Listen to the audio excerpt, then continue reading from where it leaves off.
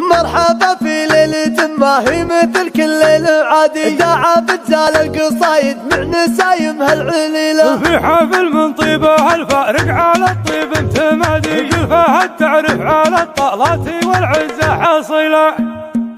والله ان الشعر هذا اليوم ما هو باعتياد، كنه اللي قدح المعنى على فتل الجزيل. لو يهم الشعر اللي يهمك سب كل واد، وينهم ومدحة المجمية براس الطويل. مرحبا في ليلة ما هي مثل كل ليلة عاد، داعي بجزال القصايد مع نسايمها العلي. نقدم الفنجال للضيفان من جزل الاياد، عقبه نسوق البخور وطيبه يفحفظي. في حفل من طيبه الفارق على الطيب امتمادي، من عناد بالمراجل قال ما يكفي عنادي. والفعل والطيب والنوماس ما يرضى بديل. ولا ذكرنا ابوه كل ما قال بالوقفه اجدادي، وجده اللي بكل موقف عز والطلال تباد. والخواله اللي تدله بزمان من كان غادي، دايم الندس البرقه وكل طيب تجيله.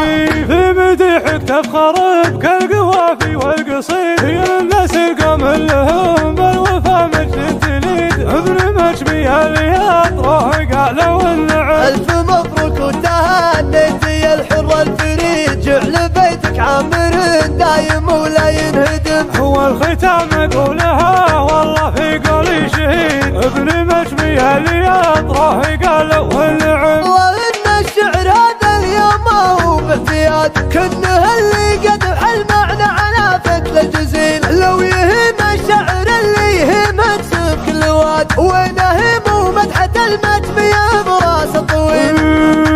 مرحبا في ليلة ما هي مثل كل ليلة عاد، داعي بجزال القصايد مع نسايمها العلي. نقدم الفنجال للضيفان من جزل الاياد، عقبه نسوق البخور وطيبه يفحفظي. في حفل من طيبه الفارق على الطيب امتمادي، من عناد بالمراجل قال ما يكفي عنادي. والفعل والطيب والنوماس ما يرضى بديل.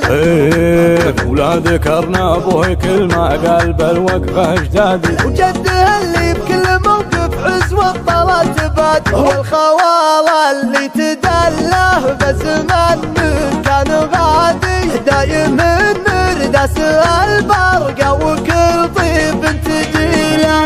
في مديحك تفخر بكالقوافي والقصيد، هي الناس القمل لهم بالوفا مجد تليد. ابن مجمية ليطرح قالوا النعم، الف مبروك وتهنيت يا الحر الفريد. جعل بيتك عامر دايم ولا ينهدم. هو الختام اقولها والله في قولي شهيد. ابن مجمية ليطرح قالوا